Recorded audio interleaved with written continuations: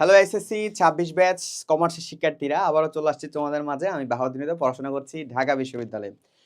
So আমাদের হাতে already আমাদের এখন টেস্ট পরীক্ষা চলছে এবং কিছু কিছু কলেজে টেস্ট পরীক্ষা শুরু হয়ে গেছে বা কিছু কিছু কলেজে শেষের দিকে। তো আমরা কি চাইলেই ৩ মাসের মধ্যে আমাদের অ্যাকচুয়াল যে কমার্সের সিলেবাসটা আছে, accounting, management, marketing, finance, Bangla, ইংরেজি, ইকোনমিক্স কিংবা আইসিটি, সো এই সকল সাবজেক্টগুলা কি ৩ মাসের মধ্যে আসলে শেষ করা পসিবল কিনা? What is the actual reality? আমরা কিভাবে আগালে আসলে ৩ মাসের মধ্যে এই সিলেবাসটা কমপ্লিট করতে পারবো?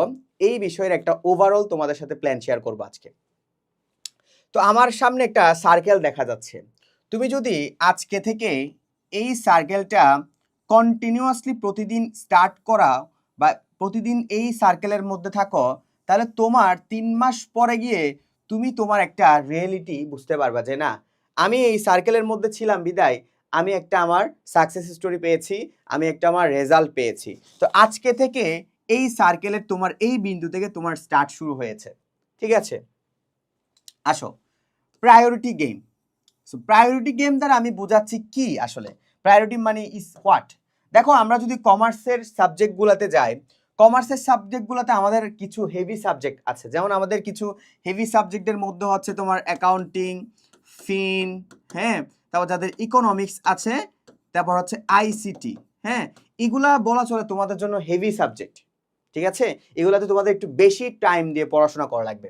আর কিছু কিছু মুখস্থ সাবজেক্ট আছে যেগুলো তোমাদের একটু কম টাইম দিয়ে পড়লেও হয়ে যাবে। যেমন আমরা যদি ম্যানেজমেন্ট, এমজিটি, তারপর হচ্ছে এমকেটি, তারপর হচ্ছে বাংলা, হ্যাঁ, আদার সাবজেক্টগুলো, হ্যাঁ। সো এক্ষেত্রে আমাদের কি করতে হবে? প্রায়োরিটি বুঝতে হবে। কিছু কিছু শিক্ষার্থী আসলে প্রায়োরিটি বুঝতে চায় না। আমরা কি দুটোকে সমান গুরুত্ব দিব নাকি ইকুয়াল পার্সপেক্টিভ করব? দেখো, তোমার এসএসসিতে প্রতিটা সাবজেক্ট তোমার জন্য ইম্পর্টেন্ট। ঠিক আছে, তো এক্ষেত্রে লাস্ট এসএসসি 25 ব্যাচে কিন্তু সবচেয়ে বেশি ফেল গিয়েছে বাংলায়, সবচেয়ে বেশি ফেল গিয়েছে ইংলিশে, হ্যাঁ, সবচেয়ে বেশি ফেল গিয়েছে ইংলিশে। সো এক্ষেত্রে পোলাপান আসলে প্রায়োরিটি বুঝে না যে কোনটাকে আসলে বেশি প্রায়োরিটি দিবে। সেক্ষেত্রে আমাদের একটা ইকুয়াল গেম খেলতে হবে। ইকুয়াল গেম বলতে বুঝাচ্ছি তোমরা প্রত্যেকটা সাবজেক্টকে সমান গুরুত্ব দাও।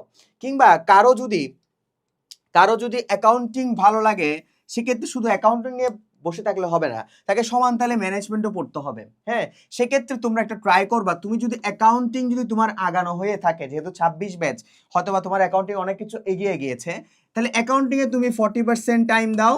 তোমার যদি ইংলিশ যদি আগানো না থাকে, তুমি ইংলিশে 60% টাইম দাও।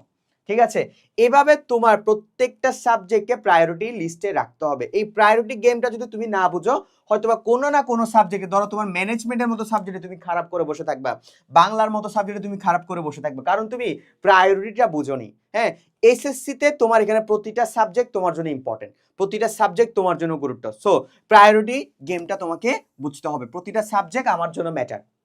ওকে, চ্যাপ্টার ভাগ করে পড়ো। চ্যাপ্টার ভাগ করে পড়ো বোঝাচ্ছি আমি আসলে কি। আসলে দেখো, একটা চ্যাপ্টারের আসলে তুমি এই 3 মাসে সব পড়া পড়তে পারবা না।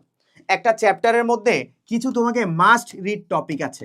এই মাস্ট রিড টপিকগুলো খুঁজে বের করো। মাস্ট রিড টপিকগুলো যদি তুমি খুঁজে বের করতে পারো, সেটা যদি আইডেন্টিফাই করতে পারো, তোমার 80% প্রিপারেশন শেষ। তোমার 80% প্রিপারেশন শেষ। জাস্ট তুমি ওইগুলা পড়তে থাকো। ঠিক আছে, একটা চ্যাপ্টারের সব পড়া লাগা না। একটা চ্যাপ্টারের সব পড়তে গেলে তোমার ওই যে ফার্স্ট ইয়ার থেকে পড়া উচিত ছিল। এই 3 মাসের মধ্যে তুমি একটা চ্যাপ্টারের সব পড়তে পারবা না, কারণ তোমার এখানে অনেকগুলো সাবজেক্ট আছে। তুমি কোর জিনিসগুলো খুঁজে বের করো, কোর রিলিভেন্ট তোমার ইনফরমেশনগুলো বের করো, কোনগুলো তোমার বোর্ডে আসে, কোনগুলো বারবার টেস্ট পেপারে হিট করছে, এগুলো আইডেন্টিফাই করার ট্রাই করো। আমার একজন শিক্ষক ছিল, তিনি একটা কথা বলতেন যে বাহা, বেশি পড়লে পণ্ডিত হবি, সাকসেস হইতে পারবি না। এই কথাটা না আমার মাথায় অনেক হিট করে স্টিল নাও, যে বেশি পড়লে পণ্ডিত হবা, বিশ্ববিদ্যালয়েও চান্স পাবা না, এসএসসিতেও ভালো রেজাল্ট করবা না। তো অসংখ্য শিক্ষার্থী আছে যারা এসএসসি থুয়ে এখন অ্যাডমিশনের প্রিপারেশন নিচ্ছে, বেশি পড়ে, বেশি পণ্ডিত। কিছু কিছু পোলাবেন আছে টেস্ট পেপারে সব প্রবলেম সলভ করতেছে, পুরো টেস্ট পেপার জ্বালা জ্বালা করে লিখতেছে। লাগবে না, দরকার নাই।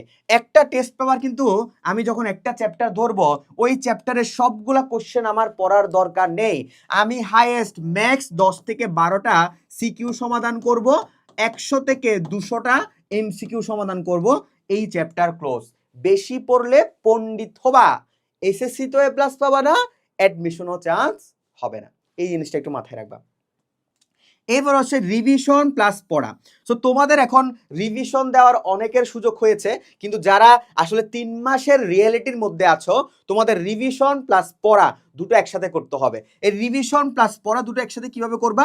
তুমি এই জিনিসটা ফলো করার জন্য তুমি যে সিম্পল একটা বিষয় করবা, সেটা হচ্ছে যেটা পড়ছো সেটা তুমি লিখে লিখে পড়ো। ঠিক আছে, লিখে লিখে নোট করে করে পড়ো। যেই চ্যাপ্টারে তুমি ম্যাথ করছো সেই চ্যাপ্টারের সূত্রগুলো এক জায়গায় আনো, এনে ওইখান থেকে ম্যাথ করার ট্রাই করো। এই যে রিভিশন প্লাস পড়া, এই দুটো তোমাকে একসাথে চালিয়ে যেতে হবে, কারণ তোমার হাতে সময় আছে মাত্র 3 মাস। ঠিক আছে, এই রুলটা ফলো করো। এরপর হচ্ছে এক্সাম ওরিয়েন্টেড পড়াশোনা। তোমার এখন সব পড়ার দরকার নাই, ওই যে তোমার সব টেস্ট পেপার পড়াশোনা করার দরকার নাই। তুমি 3টা সেগমেন্টে এখন পড়াশোনা করবা। কয়টা সেগমেন্টে? 3টা সেগমেন্টে। 1, তোমাকে টপিক ক্লিয়ার করতে হবে। 2, ঠিক আছে, 2 হচ্ছে তুমি ওই চ্যাপ্টারের সিকিউ সমাধান করবা। 3, ওই চ্যাপ্টার থেকে এমসিকিউ সমাধান করবা। এরপরে তুমি যে টপিকগুলো দেখছো সেগুলোর জন্য লিখে লিখে নোট করে পড়ার ট্রাই করবা। এটাই হচ্ছে তোমার এক্সাম ওরিয়েন্টেড পড়াশোনা। তুমি আজাইরা কলেজের কোশ্চেন, বেশি টাফ কোশ্চেন, সেগুলো নিয়ে টিচারের কাছে গেজানো, এই সময় তোমার হাতে নেই। ঠিক আছে, বোর্ড পরীক্ষার প্রশ্ন হয় একটা সিম্পল সুন্দর আগের প্যাটার্নে, হয়তো 5 বছর পর পর প্যাটার্নটা একটু চেঞ্জ হয়, কিন্তু এটার প্যাটার্নটা সবসময় একটা সলিড প্যাটার্নের মধ্যে থাকে। সো এক্সাম ওরিয়েন্টেড পড়াশোনা করার ট্রাই করো। এরপরে তোমাদের মধ্যে সবচেয়ে বড় শত্রু, তোমাদের নিজেদের শত্রু, সেটা হচ্ছে সেলফ লাই। আজকে পড়বো, এখন পড়বো, রাতে পড়বো, সকালে পড়বো, দিনে পড়বো, রাতে পড়বো, আসলে পড়াশোনা হয় না। ঠিক আছে, তোমাকে বুঝতে হবে যে আমার হাতে মাত্র 3 মাস সময় আছে, আমি এই 3 মাসের মধ্যে আমার একটা বেস্ট রেজাল্ট আমি তুলে নিয়ে আসবো। এই 3 মাসের মধ্যে আসলেই তুমি এগুলোর মধ্যে থাকো, এসএসসিতে একটা ভালো রেজাল্ট আসলেই করা সম্ভব। ঠিক আছে, তোমার যদি এখন টেস্ট পরীক্ষা চলছে, তোমার ধরো জানুয়ারি আছে, তোমার হাতে ধরো মার্চ আছে, তোমার হাতে ধরো এপ্রিল আছে, ধরো তুমি এপ্রিলে পরীক্ষায় বসবা, সেই হিসাবে ধরলো তোমার হাতে কোনো 3 মাস সময় আছে। তাই নিজের সেলফ লাই জিনিসটা বাদ দাও, নিজেকে মিথ্যা বুঝায়ও না আর। ঠিক আছে, তো তোমরা যারা 26 ব্যাচের কমার্সের শিক্ষার্থীরা আছো, তোমাদের যাদের অ্যাকাউন্টিং এর দুর্বলতা আছে, যাদের ম্যাথমেটিক্যাল প্রবলেম আছে, ফিনান্সের টপিকের প্রবলেম আছে, ফিনান্সের টপিকগুলো বুঝতে পারো না, কিংবা সিকিউ সলভিং এর সমস্যা আছে, কিংবা টেস্ট পেপার সলভিং, কোন টেস্ট পেপারগুলো সলভ করবা, এই বিষয়গুলো বুঝতে পারছো না, তোমাদের জন্য আমাদের 26-এর জন্য এই যে ক্যাপস্টোন রিভিশন প্রোগ্রাম কোর্সটি আছে। এই ক্যাপস্টোন রিভিশন প্রোগ্রামে আমরা একজন শিক্ষার্থীর পরীক্ষা বান্ধব পড়াশোনা করাবো। তার আমরা যে পড়াগুলো তার লাগবে, তার টপিক লাগবে, তার এমসিকিউ লাগবে, তার সিকিউ লাগবে, এই প্রত্যেকটা বিষয় এই কোর্সে দেওয়া আছে। তাই কোর্সে ভর্তি হওয়ার জন্য এখনই ভিজিট করো হালকা স্টুডেন্ট ওয়েবসাইট অথবা ফেসবুক পেজ। আসসালামু আলাইকুম।